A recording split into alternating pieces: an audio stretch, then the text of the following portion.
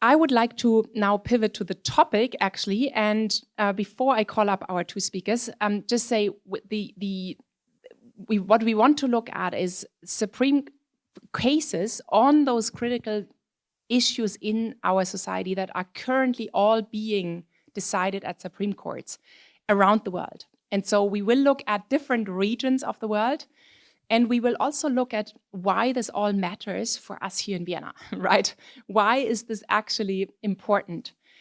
What is at stake? And even if a case can be very, very far away, we will hear from some faraway countries, the issue that is at stake is still one that is relevant for us, especially when we wrestle through the question, what is this world? What are the signs of the time?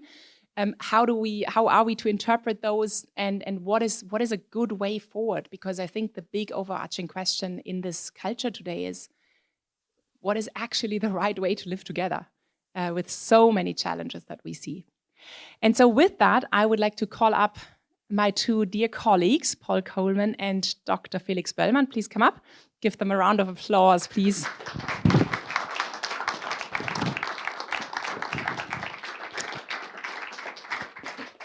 They don't really need any introduction, but I'll do it anyways because we have a few new faces here in the room.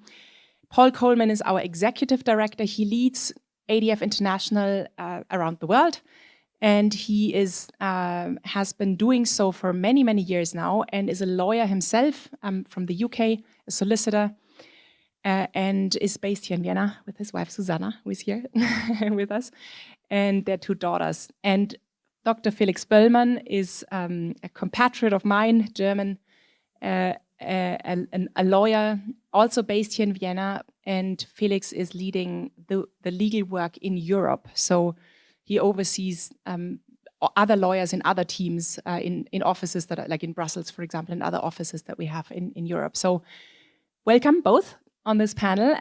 You're obviously you're actually quite directly involved in many of the cases we will discuss, you with your teams. And so we just see that a lot is going on. I just said it feels like there's an acceleration of things. Paul, maybe I start with you to give us sort of a big picture overview, like where is this world right now, especially when we think about like what are the decisive battles that are being fought right now from your perspective? Yeah, thank you. And good to see everyone here this evening. Thank you so much for coming. Sophia and I were talking over the summer with this sort of slightly delayed relaunch of Culture Conversations second season about topics to discuss. And as we thought about the different topics, we were thinking about some of the work that we're involved in and just the recognition that it's actually an extraordinary time in the world, but also for us as a ministry, and wanted to share just a little bit about what that looks like. And so if you look at the screen and see some of the cases up here, what we're going to do this evening is a whistle-stop tour across 4 continents involving 7 different cases, each one of which is at a Supreme Court of that nation. And as you can see, the populations of the nations represented here comes to about 2.8 billion people. And so as we were talking about what to discuss this evening, we thought, well, let's just share a little insight into the work that's going on in this extraordinary moment, to have so many cases at so many different Supreme Courts around the world. So that was really, I guess, the basis for the discussion this evening. And looking in particular, all of these cases relate to essentially what it means to freely live out your faith. And we're going to see that in contexts where the punishment for doing that is extremely severe. We're going to see it in contexts where individuals are being persecuted. We're going to see it in contexts where communities and churches are. And we're going to see what is taking place here in the Western world as well, with the recognition that we're not talking about just faraway places, but a lot of this is coming on our doorsteps as well. those of us who follow the news a little bit have probably seen an eruption over the weekend on Nigeria. It's no news to all of you, I guess, that Nigeria is the country where most persecution happens in the world. We regularly hear about it, but over the weekend something has happened that is quite novel and was maybe unexpected, at least for Nigeria, judging by the reactions to it, which is that the US has declared Nigeria a country of particular concern, which is basically a list of, hey, you are now moving like on the problematic side. And Nigeria didn't like that, of course. A lot of media over this, on this over the weekend. Paul, what is happening in Nigeria? Give us some insight. Yeah, so let's start with Nigeria. It's the largest country in Africa, of course, about 240 million people. And as a nation, it's divided basically evenly between Christian and Muslim. A lot of the Muslim population is centered within the north of the country. And really, for at least the last couple of decades, there has been consistent persecution of Christian populations within the north of Nigeria and the Middle Belt by groups that we know well, like Boko Haram, and others we perhaps know less well, like the Fulani herdsmen. And the scale of the persecution against Christians is quite extraordinary. So if you think each year, approximately, it's impossible to count, but approximately 6,000 Christians are killed for their faith around the world each year. 90% of those are in Nigeria.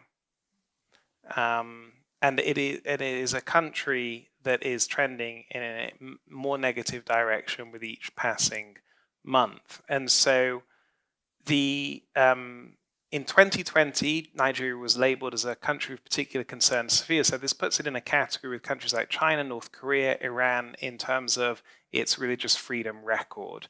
There's only a half dozen countries that are labeled like this by the US State Department for violations of religious freedom. So it was labeled as a country of particular concern in 2020. It was immediately overturned, that decision, by the Biden administration, inexplicably, really.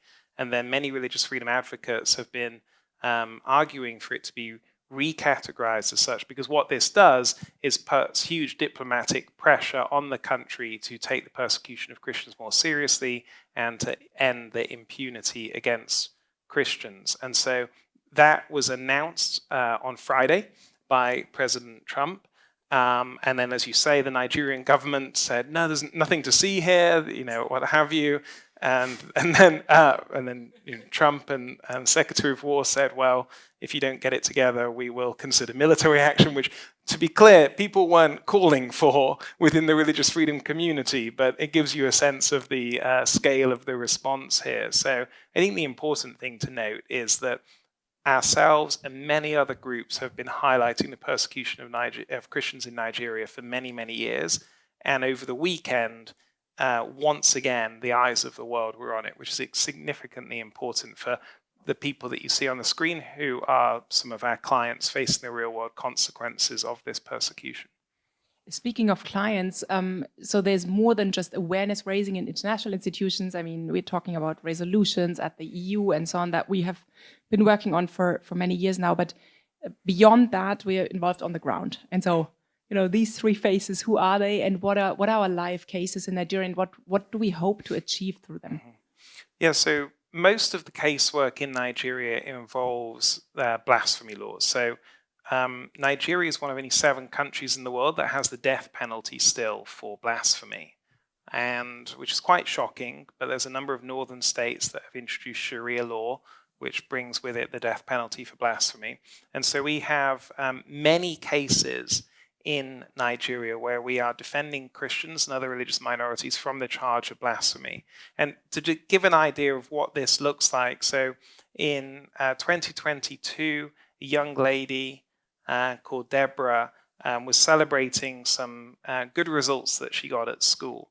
And she sent a message in her group WhatsApp chat with her classmates thanking Jesus for her positive exam results. A mob formed within the school.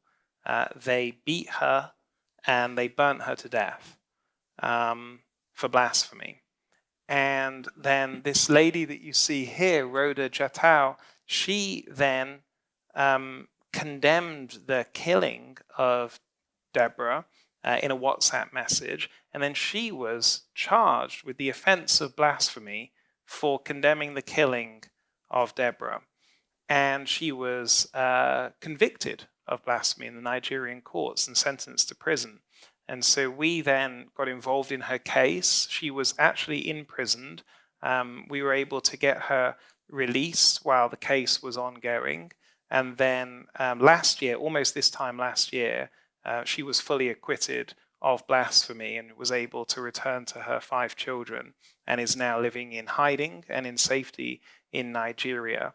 But it gives you an idea of how these blasphemy laws work. They essentially create a legal framework that if the law doesn't get you, the mob will. And we see that happening to many, many Christians across the country. And we actually have one case involving a Sufi Muslim musician at the Supreme Court of Nigeria. So this is like our first Supreme Court case that we'll talk about this evening. This is our team and our legal allies in Nigeria outside the Nigerian prison. So this young man is called Yahaya. He WhatsApped some song lyrics to a friend that were considered blasphemous, and he was convicted of blasphemy and sentenced to death.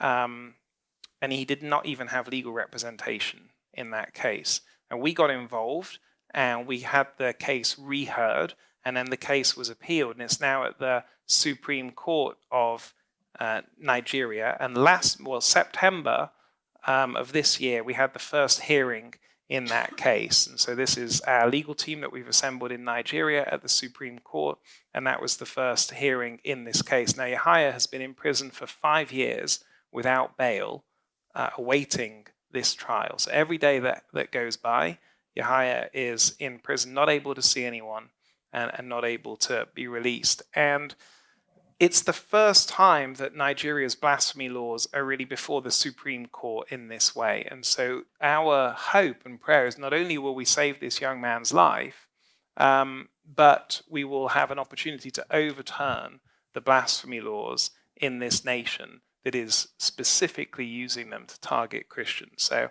it's a huge case, it's a huge opportunity. And the prosecutor in the case, I wrote it down so I could remember it.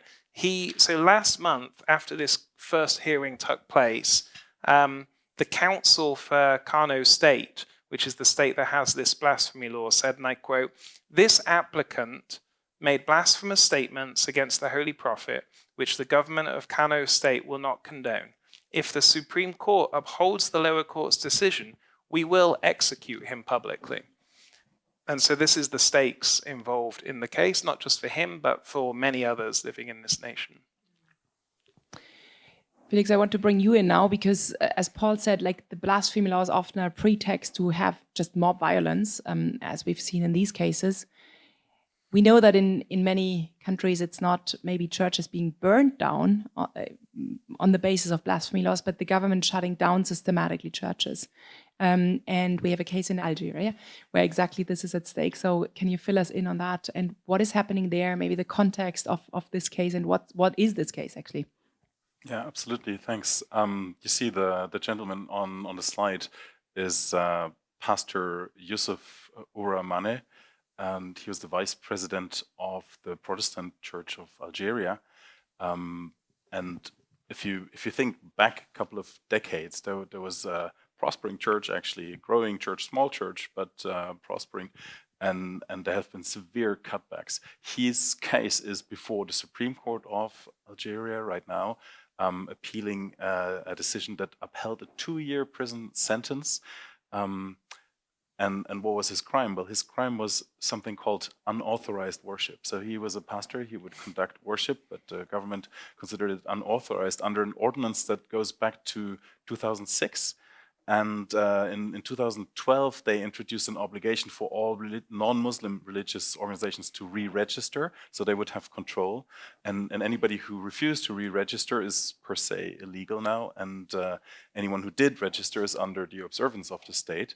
And Paul, if you can see the next slide, I think is quite an iconic picture of what it actually means these two policemen are actually closing a church door, and they're not only closing it, they're sealing it so that you cannot enter to use it as a place of worship. And they do that. Any non-Muslim group is under an obligation to pre-register any religious activity in the country. So that's quite dire. And if we think about going to church, our biggest worry might be, will I go to church on Sunday? And if so, to what church? But consider coming to a place that's sealed. And we've seen this in a number of countries, and most recently in Algeria, where we fight this case. And give us some more context on the case itself, where it is at. Like, what do we hope to achieve and when? Yeah. So why does it even matter, right? One might think. Pastor Yusuf is obviously, when you're a pastor, you would want to lead your congregation, you would want to lead your church, you want to share the gospel with them, and he's prohibited from doing that because it's deemed illegal or unauthorized, as they claim. 2-year prison sentence is no small ordeal.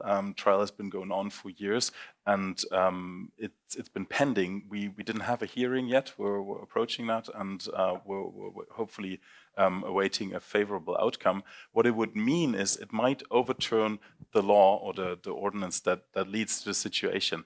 And in a wider context, Algeria, like most countries in the world, is under an international law obligation to not only accept that people might be free to worship, but actually to guarantee that. And why is that? Well, everybody knows the Universal Declaration of Human Rights of 1948 by the UN. Little known it is that this is non-binding to countries, but there are instruments that are binding. So, for example, the International Covenant on Civil and Political Rights, and it's so beautiful. I'll read it to you so that you know what we're talking about and how this case illustrates how countries are off, really.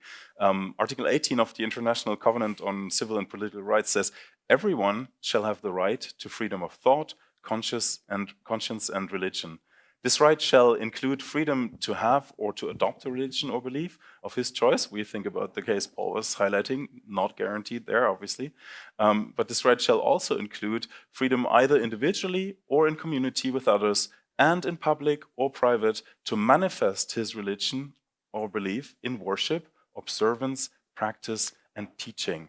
This is a pretty accurate description of what a pastor might be up to when he leads a church, and it's guaranteed. And Algeria, as any country who has ratified this international treaty, is obliged to guarantee that, and they're not living up to that, and that's why we do this. That's why we are before the highest court of the country to call them out on not guaranteeing this right that they agreed to guarantee. Mm-hmm. Another country that has made a lot of headlines in that direction over the last years is India. Paul, back to you here on India. We have a large network in India, many lawyers working on the ground tirelessly. And maybe you have all heard about cases like the Little Sisters of the Poor and other organizations that were de facto expelled from India, or at least threatened to. And it's really a dire situation. We see a lot of mob violence and so on. But Paul, fill us in on India. It's such an important country. Prime Minister Modi is traveling the world, is well received everywhere. But actually in his country, it's quite incredible what is going on. And it's basically an entire continent, India, subcontinent as we call it. What's going on there? Yeah, India is a very dear country to me. I go almost every year to India. It's the world's now most populous country, about 1.4 billion people. And the Christian population in India is anywhere between about 2 and 8%. So officially it's 2.3, but all of the Christians in India say it's higher. It's just that they don't declare it on the official census. So if it's at the higher end of the spectrum, it means the Christian population of India is around about 85 million people at the high end, and maybe about 40 million people at the lower end. So there's a lot of Christians, and many of whom have lived and worshipped in India freely and lived peacefully for many years, decades, even centuries. They trace their Christian ancestry back to St. Thomas. In the last decade or so, as is the case in these other countries that we're talking about, there has been this rise of religious nationalism, which is stamping out the freedom of the minority Christian population. And so in India, that's Hindu nationalism, or that's been driven by the government over the last decade. And essentially, it's the idea that India is a Hindu nation. Pakistan can be a Muslim nation, Bangladesh can be a Muslim nation, but India is a Hindu nation for Hindus only. And that means that there is a clampdown on the religious minorities, in particular Muslims and Christians. And so a typical scenario in India would be a small gathering like this, in someone's home, in a village, in a rural part of India, meeting together. A pastor will be hosting a prayer meeting or something of that nature. A mob will come and attack them and accuse them of unlawfully converting the local Hindus. And they will beat them, they will burn their houses down, they will destroy their churches, and then the police will get called. And the police will come and arrest the Christians instead of the mob. So this is happening on an almost daily basis. So our allies on the ground, they're responding to this daily. And over the course of a year, what that looks like is our allies in India are working to release these Christians who have been falsely accused and get them out of prison, to the tune of about 2 Christians per day being released from prison on false charges of converting or unlawfully converting. And so it has become pretty systemic persecution. It's considered one of the top 10 countries in the world for persecution of Christians. And yet, as you say, like sort of the international perception of India is it's the world's largest democracy, it's a great ally in the region and so forth. And the inconvenient truth, or sort of tucking to one side, is it's actually been taken over by Hindu nationalists who are persecuting Christians. It's not yet on the US list of countries of No. particular concern, I guess. Maybe it should, if I can jump Yeah, in very sure. quickly. When I first started to do this work, somebody mentioned to me that 3% of Indians are Christians. And I think, okay, 3%, But if you do the math, Paul mentioned 1.2 billion people. That is in excess of 30 million people. That's 3 times the size of Austria altogether. And there's 7% Muslims, so that's another 70 plus million. And they're equally concerned with this issue. When India is only for Hindus, obviously that rules out any other religion. And you can see the scale of the importance, what that actually means to a multitude of people. Yeah. Especially to the lower castes, of course, who I've always find this is a particular sort of dimension that is so worth mentioning, because it's so different from here. But like for the Dalits, for the untouchables, it's like the way into freedom, right? The way into kind of knowing they actually have dignity. They are actually human beings. Yeah. And that's precisely what is not possible for them to convert, right? I mean, let's actually dive into the legal dimension of this, because it's interesting. There's so-called anti-conversion laws. They are sort of legitimizing the mob violence, but they're also structurally, legally enabling, let's say, these imprisonments and these prosecutions. Fill us in on that. What are these anti-conversion laws, and what are we doing about them?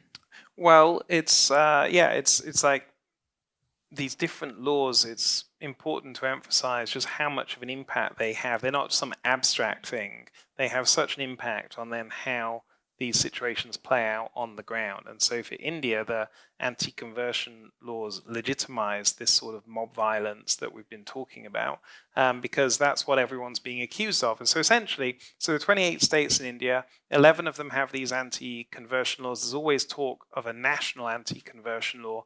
And unfortunately, almost every year, a new state in India passes one of these anti-conversion laws. And they legally prohibit unlawful conversion. Now, what is that? Well, they talk about things like force. Okay, so no one wants someone to forcibly convert. We can all agree on that. They also use these very vague words like allurement, that is unlawful conversion.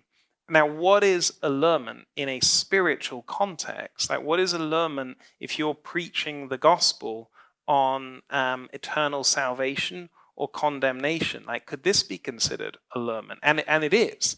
And so that's how these very vague laws are being applied, because you will have a local church meeting take place, like I said, in a home, in a small chapel, in a village somewhere, and someone will say you are unlawfully converting because you are talking about heaven, for example.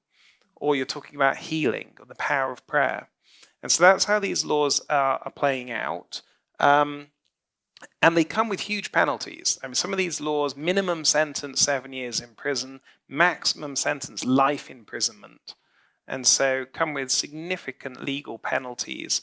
Now, legal teams in India have been attempting to challenge these laws both at the state level and at the national level for years. And what happens is these cases make their way to the Supreme Court of India. And unlike our system, where once a case gets to court, you're in the queue and it might take longer than you wanted it to, but eventually you're going to get heard. Within the Indian system, the case rises up, and if it's not heard at that moment, it sort of disappears into the system and has to find its way back again. And so these cases were meant to be heard at the Indian Supreme Court yesterday. And I was hoping that would have happened so I could have told you all about it today. But once again, it got to the end of the day, everyone was ready to go, wasn't heard, and back it goes into the list. Is there still hope? There's hope, but it's a battle of endurance, that's for sure. And I mean, it's hard to comprehend here the scale of the problem we're talking about. Like Felix said, by sheer population alone, one tiny pocket of India is bigger than the nation of Austria, So we're talking about millions of lives affected. There is hope, but for sure, the Christian population in India right now is in need of our prayers. Mm-hmm. Yeah. India claims to be a Hindu nation, and so the country is only for the Hindus. That's the main problem there. A similar thing, let's move closer to home, so to say, Felix, with you here, to Turkey, because a similar sort of trend is happening in Turkey, not as a Hindu nation, but as moving from sort of a more westernized, secular understanding of the state, in the positive sense, to a Muslim country, a Muslim state actually. And that has lots of consequences. And one of those consequences is that they are increasingly denying access to Christians who live in the country, foreigners who live there, kicking out Christians. So just explain what is happening in Turkey. This is much closer to home here. What is going on there? Indeed, I mean it's the site of many of the New Testament stories. If you think of Ephesus or Galatia, that is present-day Turkey. So a country that traditionally has a huge impact as being Christianized early on and being the site of the Apostle Paul's travels and preaching, now turns against Christians. If you start with numbers, like 100 years ago, roughly, we're talking about 20 to 22% Christian population in the territory of present-day Turkey. And today we're down to 0.2, actually. There's a very, very, very small Protestant community, and their life is being made increasingly hard by the cases that you just introduced. On the picture, you see Dave and Pam Wilson, whose case is pending in the admissibility stage before the European Court of Human Rights in Strasbourg. Turkey is a member state of the Council of Europe, which is the international body that revolves around the European Convention on Human Rights, basically. So they are accountable, just as I mentioned in the previous example, they are accountable to guarantee freedom of religion or belief. But what happened to people like the Wilsons or David Bile in the red hoodie you see in the other picture, they are foreigners, but they live in the country for decades. The Wilsons have been there for 40 years. They bought property. Their children were born there and raised there, and they had a house, and they spoke the language and everything. And then they go abroad to fundraise for their activities. And when they come back at the airport, they are denied access. It's as brutal as that. You imagine of your home of 40 years, and you're just stopped at the border. And you say, no, you don't belong here. And then you ask why, and they say, sorry, we can't tell you. You're just out. And this happened not only to this couple. This happened to several. We have several cases before the European Court of Human Rights, which means that they have surpassed the stage of the Supreme Court or the Constitutional Court of Turkey and the instances below that, because it's the exhaustion of domestic remedies is a precondition to reach Strasbourg. all of these have in common that they are foreign nationals residing in Turkey, lawfully residing in Turkey. We have multiple nations, Australians, Americans, Englishmen, Germans, you name it. There's not a single nation that gets singled out. It's foreigners. They receive a security code. That's how it's technically done. But it's an internal designation by the Turkish administration. They're called N83 or something cryptic as that. You don't know what it means.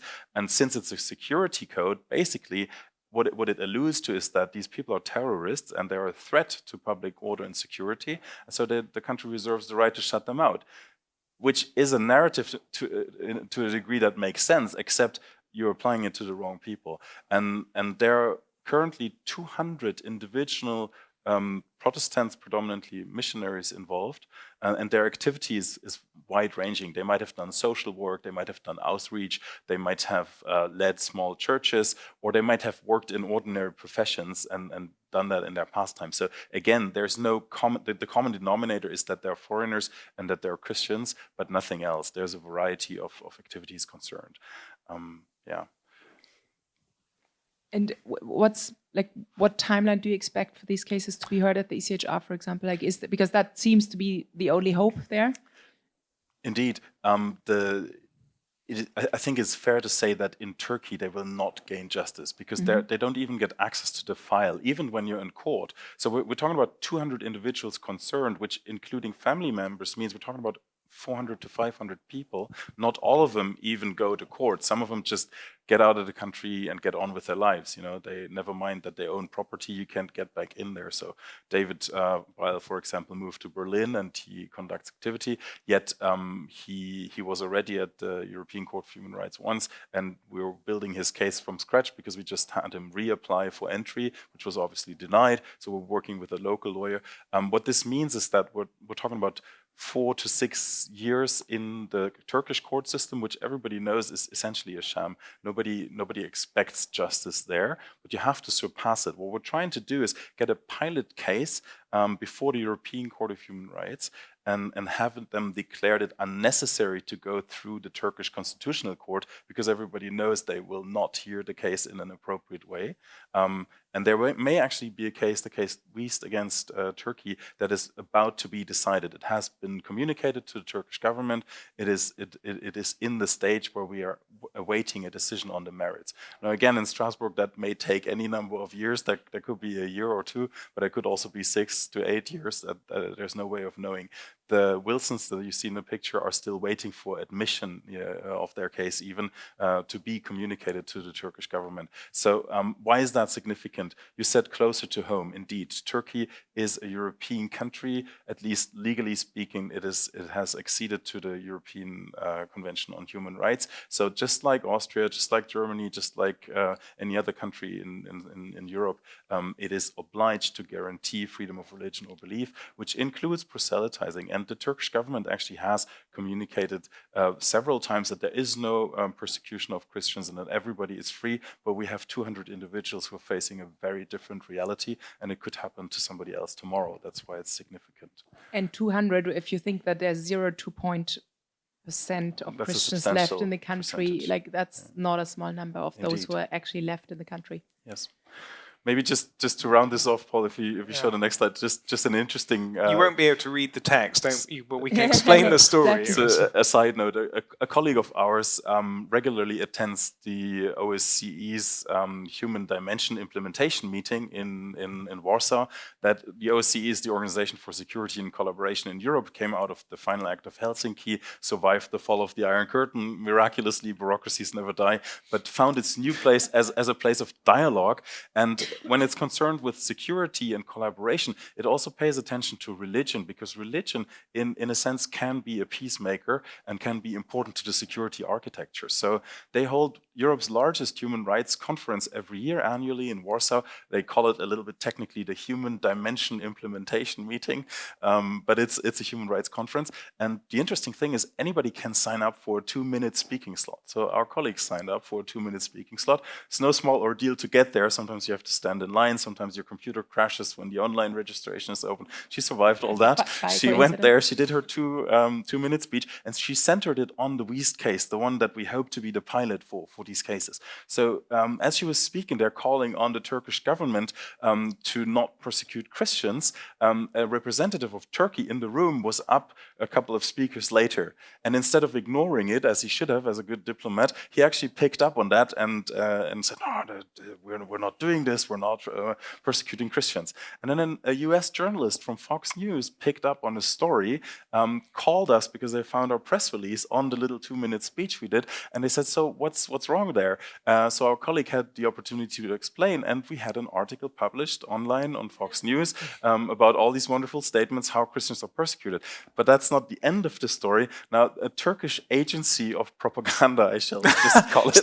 It's called Felix, misinformation. Please, it's called the Ministry of Truth. the Ministry on Countering Disinformation. Oh yeah, sorry. That's what it's called. Importantly, Made a point that to not believe, and I don't know if you can see it on the picture. You see our press release or the newscast basically, and with a little red X, meaning don't believe this, don't believe what they say about Turkey. Well, we have the facts on our side. We have 200 individuals facing being shut out of their place where they live. I mean, their home, which is really important.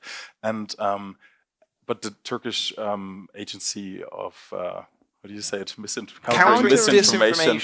Rightfully claimed that this is absolutely not true, and you must not believe anything I just said. Yeah. It's incredible. This is an official government ministry, and I love the recent allegations in some international circles, which is us, that Turkey has deported foreign national belonging to certain Christian communities as a national security threat, are completely unfounded. Okay, so that's it then. Okay, they debunked it. It was completely unfounded. Part of a deliberate disinformation campaign targeting Turkey. Well, it was good to get their attention on this matter, let's put it that way, and hopefully we'll see some breakthrough with these cases, because again, this has been going on for years. And sadly, we see this sort of mentality. Like we could still say, okay, Turkey, it's close to home, but it's not that close. Also, culturally, it's not that close. But let's move to sort of into our Western world. And sadly, we see the same mentality of basically prosecuting anything that is not government condoned, government approved, especially in the realm of convictions, of belief, of religion, and so on. Conscience. It being like this sort of mentality is taking a grip here. And it has been over the last 10 years or so. We've seen a significant shift towards that mentality. And then, of course, one case that really encapsulates this in quite an outrageous way, actually, is one that you probably all know of, is Päivi Räsänen. Paul, you were just in Helsinki last week. Why? Fill us in. Well, and I think just to pick up on that before I get to Helsinki, I mean, I completely agree. And I think that it's probably one of my life missions and this organization's to point out that what we think is happening in faraway places, the mentality of what we see is taking place here in the West as well. And many Western people are very, and Christians as well, very relaxed and very casual about the state of affairs here, which I think is unfounded. I think there's some serious challenges on our own doorstep. And the case of Päivi Räsänen really demonstrates that. So I know that you're all familiar with it, but just in case there's one person in the room who isn't, Päivi is a long-standing member of the Finnish parliament. She's a former government minister of the interior, and exceptionally well known in Finland in political circles. I think she's now the most long-standing female member of parliament. So she's been in parliament for 30 years. She's also mother of 5, grandmother of 12, and a member of her church, the Lutheran church. Her husband, Niilo, is a pastor in that church. And 6 years ago now, the state church of Finland, this Lutheran church, decided to become an official sponsor of the Helsinki Pride Parade. And Päivi, as a member of that church, was obviously concerned and prayed about what to do and decided to challenge the leadership of her church. So she went upstairs, she found her Bible, she flipped it over to the book of Romans, she took a picture, some Bible verses, posted it on X and other social media accounts, essentially with the caption of asking the church, how, to paraphrase, how does your decision line up with the teaching of Scripture? And then she put it away and thought nothing more of it. And the tweet is still available today. So it has not violated any of Twitter's code of conduct, nor Facebook, nor Instagram, nor anything else. It's accessible for anyone to go find today. But the police found it and said essentially that it was hate speech, accused her of hate speech for this. Also then found a booklet that she wrote in 2004 that was about marriage and human sexuality from a Christian perspective at the time that Finland was debating legalizing same-sex marriage. And they said that that was hate speech as well. And then at the same time, Päivi, as she always is almost daily, was on a radio debate, 1 hour live radio debate. And the prosecutor exerted 2 minutes of this debate, took it out of context, and then made those comments on that live debate a hate speech charge as well. So in 2021, Päivi was charged with 3 counts of hate speech under the Finnish Criminal Code.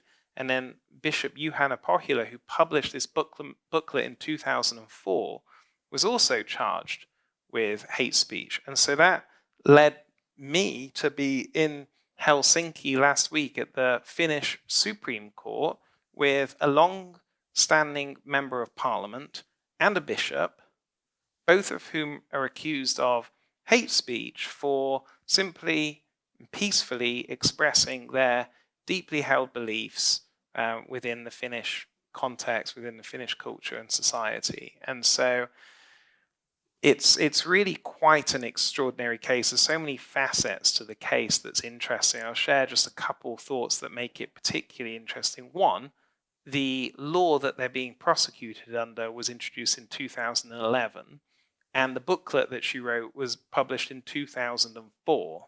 So for those of us good at maths, she's being prosecuted for something of a law that was passed 7 years after she wrote the things. They're going back in time here. How is that even possible legally? Well, it's being argued that it's not legal. Yes, exactly. It's being argued that it's not legal. But what the prosecutor says is that the act of, get this, when the Lutheran Society updated or / moved their website after the law had passed, the act of then uploading all of these documents to the new website constituted a new act of publishing, which is why they could then prosecute. So it's somewhat farcical. At the time that Päivi was going and being investigated for hate speech, she was repeatedly taken into the police station and questioned about her beliefs. And she was in total about 13 hours of police interrogation, including with her Bible. And so she would often remark that she was sat there, imagine, in Western Europe, she was, as Minister of Interior, she was the boss of the police. Now she sat before the police with an open Bible, literally explaining to them, at their request, the meaning of the book of Romans. And her friends used to joke that going to the police station was going to her weekly Bible study. This is. She is. I think she's also on the record for saying, at least privately, for saying that the Bible has never been quoted as much and as often in courtrooms and police stations before her case. So that is true. That is true. And so when I was at the court last week, it's really quite something to sit there just behind a bishop in bishop's clothing as he's being. And they were asked to explain to a secular court the concept of sin. And the position of the prosecutor, essentially, is that the concept of sin, from a Christian perspective, is inherently offensive, and therefore hate speech. Now, they build a much bigger case around it, but if you strip it all away, that's what it comes down to. And so I've now sat through all 3 of these cases. They were acquitted at the district court. They were acquitted at the Court of Appeal, but in the Finnish system, the prosecutors are allowed to appeal not guilty verdicts. And so this Supreme Court case gave the prosecutor essentially a 3rd opportunity to prosecute them, and we'll get the decision in early 2026. I mean, that is tantamount to an abuse of the judicial system, is it not? Like, if you think she's acquitted, I mean, it's possible, but it's like being acquitted twice and then the case goes on and on and on. Like, that is pretty extraordinary. Is that a normal proceeding in Finland, or is this really specifically for this case that it's these possibilities are being used? It's allowed. It's fair to say it's allowed within the system in Finland. It's allowed within many European civil law systems, and so. But certainly for me as a Brit, like I'm sorry, but if you're a prosecutor and you lose at the first attempt, you don't get another chance, as is the case in the US and other common law countries. You get one chance to prosecute, not three. So that's a point of dispute, because Paul's disbelief at the mere fact that it could be appealed by the prosecution doesn't really shock a German or Austrian lawyer, because that's quite it should. It should. We can agree on that. And these are the normal conversations we're having over coffee. Over lunch, yeah. But I think that what is shocking about this is what we often talk about in hate speech cases is that the process becomes the punishment. And I think that after 6.5 years, 13 hours of police interrogation, 3 different court hearings, 4 criminal charges, gone before 11 different judges at this point, 2 different prosecutors, it just wears you down. And all of the time, you're having to defend yourself, defend your beliefs. She's constantly being told, if you just take it down, it will all be over. You know, there's one tweet. Yeah, take it down, take the booklet down, and she's like, well, no, I can't do that. I'm not going to do that. I refuse. And so that offer is there dangled. You know, you've got 2 weeks to take it down, sort of thing. And so the process does become the punishment. And what I do believe in these hate speech cases is that it's somewhat deliberate to go after some of these high-profile people, because it creates a chilling effect for everyone else watching on, because you then obviously have many millions of people watching. I mean, this is headline news in Finland, and no one wants to go through a 6.5-year prosecution to defend a tweet or a booklet that they wrote years before a law was passed. And so it's obvious that the way that this prosecution takes place, it makes other people not want to be in the same position. Therefore, they self-censor. And therefore, it's like, well, even if we win, have we lost something in the process because people self-censor out of fear? So like our message throughout, and Päivi's message throughout is we have to keep on using our freedom of speech. We have to keep on speaking, because if we retreat, if we say less as a result, then they win even if they lose. Yes, on the positive side, though, I would say there's also massive awareness that this case, it's kind of become an emblematic case for the whole issue at stake. I remember last year being at Arete Academy Latin America and say, who has heard about Precedent? Basically, every hand went up. Okay, these are our people, but still, like it's become an emblematic case. And so I think on the positive side, it's also like it has created an awareness, hopefully, of really the issue at stake. That it's not about whether you like her opinion or not, whether she has the right interpretation of the Book of Romans. It's not about that, right? It's not about that. It's the issue at stake is much deeper, and we can hope that it has also created an awareness. And I think it has. And many people have reached out to her saying that they've been emboldened in their faith. Yeah. Many secular people, atheists, have reached out, said they've started to read their Bible again as a result of this. So yeah, but also that it's like to realize that these fundamental freedoms, such as freedom of speech, they are not just a given. Like, we have to defend them, and we have to wake up from a sort of, maybe also an intellectual or political, paralysis to think, oh, it's just that way forever. And I think that's a healthy process ultimately to wake up to that challenge. On a quick side note, but I love this photo on the corner there, because it really shows how we work on those cases in alliance. You want to just comment on that photo and how this shows like what it takes to actually have such a case going on for 6 years? Yeah, well, like Sophia said at the start, in terms of our model of engagement, so yes, we're at the international level, yes, we're building this alliance, but when we're engaged at the national level around the world, it won't surprise everyone here to know that we are not Nigerian lawyers, we're not Turkish lawyers, we're not Indian lawyers, we're not Finnish criminal defense lawyers either. And so to do this work effectively involves building this network and building the alliance. And that includes the legal teams that we have in Finland, both for Päivi Räsänen and for Bishop Juhana Pohjola. And so it's just, so on the picture is various different members of that alliance, people who've come through our training programs who are then working on the ground in these cases. Let's stay in Finland for a quick moment. Felix, there is also another huge case actually coming out of Sweden, the Simpson case. This case is almost too, it's hard to believe that such a case can exist. Fill us in what is going on in Sweden. Yeah, the Daniel and Bianca Samson have been living in Sweden for more than a decade, and they're originally Romanian. You see them here with a picture from happier times because their two daughters in the picture, Sarah and Tiana, have been taken away from the family. Initially, there was a dispute among teenagers. They were 11 and 10 at the time, and the oldest daughter complained or had a quarrel with her father about whether she could wear makeup or not. All of you who are fathers might have found themselves Felix in is father in of a 3 spot daughters, like you should know. So that can easily become an issue more than you might like. And the daughter actually, or I think it was about whether she could have a mobile phone or something like that. And the daughter actually reported and accused the father of abuse. And then, of course, the youth welfare authorities stepped in. And in the Scandinavian country, and including in Sweden, you have a system where they step in rather quickly, especially in cases that involve people who stand out for a reason. And it could be that you're a foreigner, or it could be that you are a Christian, maybe, or more than average Christian, I shall say. And both things apply here. So they were quick to take children out. The daughter later denounced her own accusations. She said, no, that was just made up because I wanted a mobile phone.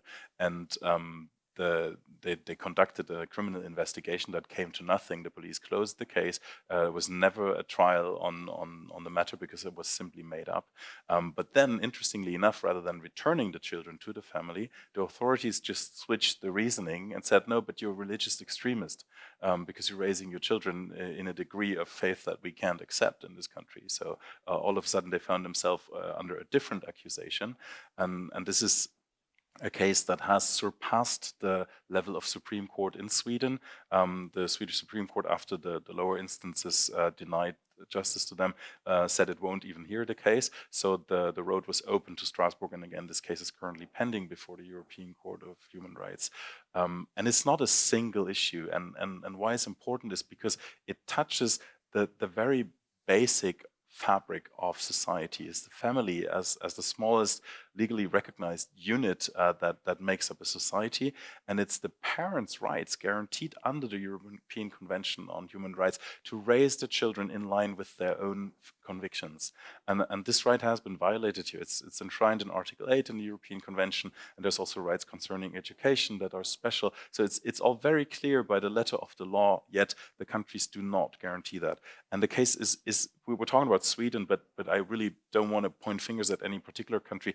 Make no mistake, this could happen anywhere. We have cases like that in Germany, we have cases in Norway, we have cases in Austria even. Not all of them end to a degree where you have a 2-year separation of the children, or actually longer than that, separation of the children. And not only did they take out the children from the parents, they also separated the siblings. Both have had multiple attempts at suicide by now. They're in treatment, and they're not in good shape at all. They're not being taken good care of in these foster situations, simply because they want to return home. That's where they want to be. The parents would want them back, but the Swedish authority are preventing that. That's just incredible. It's hard to create a segue now into another case, but well, because but I think that, and this is not like, this is not a one-off. That's the Yeah. thing. Like, so some of you remember the Bodnario family from Norway from a few years ago, a Romanian family living in Norway. They had all of their children taken away for very similar reasons, because they were considered Christian extremists. And I think that in the case of the Bodnario family, the only reason the children were eventually returned is that because there was worldwide uproar about the case. And so if anyone wants any action points here, then we did a press release on this case last month. It's now at the European Court of Human Rights. I consider it to be an extremely significant case. And yet there's almost been radio silence in the media and in the broader public on the case. And that, to a degree, I understand why, because with child welfare cases, everyone's asking the question in the back of their mind, what really happened? There must be something more. But we've seen enough of these cases now, and certainly thoroughly vetting all of these cases that we take on to see, actually, no, there's not some secret here. This really is child welfare services who take these children. It's a pattern. They take them, and once they're trapped in that system, it's so hard to get them back. And what we also find out, it's not happened in this case, but one of the things that does happen, and I can almost sense it from the reaction in the room, is that when parents have their children taken away, it triggers a response in the parents that is a very natural response that the authorities then use to show, well, you're acting very strongly here, and so it creates this sort of spiral almost. But also there is hope. We have been involved in a precedent-setting case against Norway, Strandlobben, a few years ago. So there is jurisprudence of the European Court of Human Rights very clearly stating that the state is under an obligation to, at any stage of procedures, make sure that there is an attempt to reunite the original family. So there's strong language in that judgment, and that's why we dare taking these cases there, because there is hope that we will actually attain such a judgment, and that the country will have to act on that. So that's the basis for the application of the Samson case. Indeed. Yeah. We're coming to an end on soon on this part, so we will have time for questions and answers. So be prepared if you want to ask any. But I want to turn briefly at the end to the US, because of course, hugely important in the Western world, and we have been seeing. Again, maybe we could call it an acceleration, an accumulation almost of our cases going up to the Supreme Court there currently. Which in the US is somewhat more significant as a Supreme Court here. I mean, this is just these are also many years of work behind each and every single one of those cases, creating really important precedents. Maybe also at the difference to what we see here in continental Europe. These are just like week-long, sometimes month-long media campaigns, really being debated in the media front pages. So these are significant cases legally, but also culturally. If you can give us a little overview, Paul, of what is going on there, like which are these cases at the Supreme Court? So we have 4 right now before the Supreme Court and 2 more pending. And it's, to put that in context, that is unprecedented. Like in ADF's history, sometimes we would get a case a year. In the last few years, we've had a case every year, but to have 4 in one term is quite extraordinary.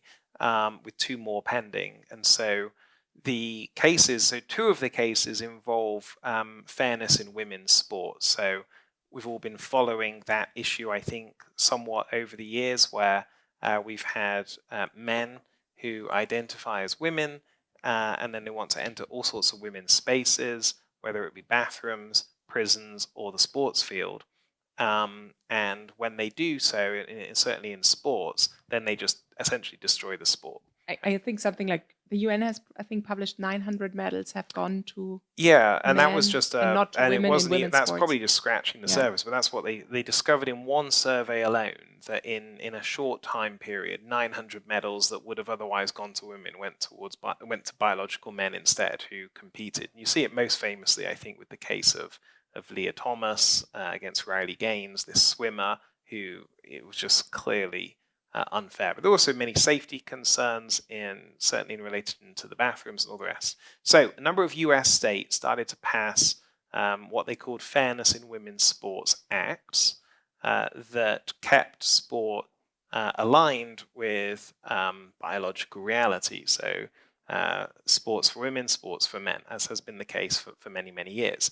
And these laws are being challenged at the state level by groups like the ACLU, American Civil Liberties Union, and then 2 of them have now gone to the US Supreme Court. So 1 out of Virginia, 1 out of Idaho, and it will be significant because this issue of biological men in women's sports is most famously taking place in the US. That's where it's being reported. But we all know it's taking place in lots of other contexts as well, including here in Austria. And while the US Supreme Court obviously isn't going to be directly relevant in its decision it makes to the sports fields of Austria, we also know that we live in a world of globalized law and policy, and what happens in one place for good or ill does translate over to others. And so it is a hugely significant case, not just for the US, but for every other country that's looking on. So that's 2 of the 4 cases. Now, one of them is really quite shocking because it involves a women's pregnancy help group that was targeted by the New Jersey Attorney General. And he openly announced that he was essentially going to have a war on these pro-life groups, and then did so by subpoenaing all sorts of information from them, including he wanted records that go back 10 years, everyone they've ever spoken to, every client they've ever seen, donor information, all the rest of it. And so we're defending this this pro-life group and saying, well, you can't declare a war on pro-life groups and then try and force them to hand over 10 years, thousands and thousands of pages of donor information and all the rest of it. And so that's the third case. And then the 4th case, which was argued by my colleague Jim Campbell last month at the US Supreme Court, is the case of Kaylee Childs. And so this involves a law in Colorado. Again, we have similar laws cropping up across the European Union that says that counselors, so she's a Christian counselor, she counsels young people, and the law in Colorado says that you are not allowed to counsel young people to be comfortable with their biological sex. You are prohibited from doing that. But if you as a counselor want to encourage someone to go through gender transition, you're allowed to do that. And so they call it conversion therapy bans, but this is just like, as is many of the cases we deal with, just a euphemism. There's no conversion taking place here. It's talking about a counselor meeting with young women, perhaps, who are struggling with their gender identity, and as a Christian counselor, she is legally prohibited from helping them feel at home in their own body. Or even having sort of leaving the result open, right? Like she basically must counsel in an affirmative way. She's like in a gender towards gender transition. If she doesn't, she gets fined. And so that case was heard at the Supreme Court last month, and we're very hopeful for a positive outcome there. We hope and pray that we'll be successful in that case, because there are other states in the US that have these laws as well, and there are countries in Europe that do. There's about 10 countries in Europe that have this sort of law in place, including Germany, Malta, Ireland, elsewhere. And so, and it's a topic of conversation across the EU. It's here in Austria, but the EU want to make an EU-wide ban on this sort of thing as well. So highly relevant. Austria still avoided it until now, but I think it's flickering up every now and then. Well, of course, every June for the Pride Month, it's flickering up, I guess. Yeah. And in the EU, we currently have a European People's Initiative or Citizens Initiative coming up. They have not yet formally filed, but I think they have reached the threshold of 1 million signatures, and they will file and therefore put it on the agenda of the Parliament and the Commission to debate it. Citizen Initiative in favor of a EU ban. A ban. Yeah. I mean, I think what's important to retain here is that it's obviously described as some sort of horrible practices where you force people into whatever, but actually it's the exact opposite, right? Yeah. Like you don't want to force anyone into anything. You want to actually counsel people and allow them to find help. Right, between a qualified counselor and a client that's consensual, and it's ultimately, in this instance, helping them feel at home in their own body. So I made a final slide to sort of like because we've covered a lot of ground Yeah, here. let's But wrap up and then questions. take a step back. I really just encourage everyone to be in prayer for this moment, because, like I said, these cases represent or impact 2.8 billion people, and they really, behind the clients and behind the cases themselves, are touching on some of the issues of such fundamental importance, whether it's blasphemy laws, church closures, anti-conversion laws, missionaries being deported, hate speech laws here in Europe, children being taken away from their Christian parents, counselors being censored. This is like, if we can win these cases, then in terms of what you were saying in your introduction, we will have made the world a better place. And so, but there's a lot on the line in this. And so, yeah.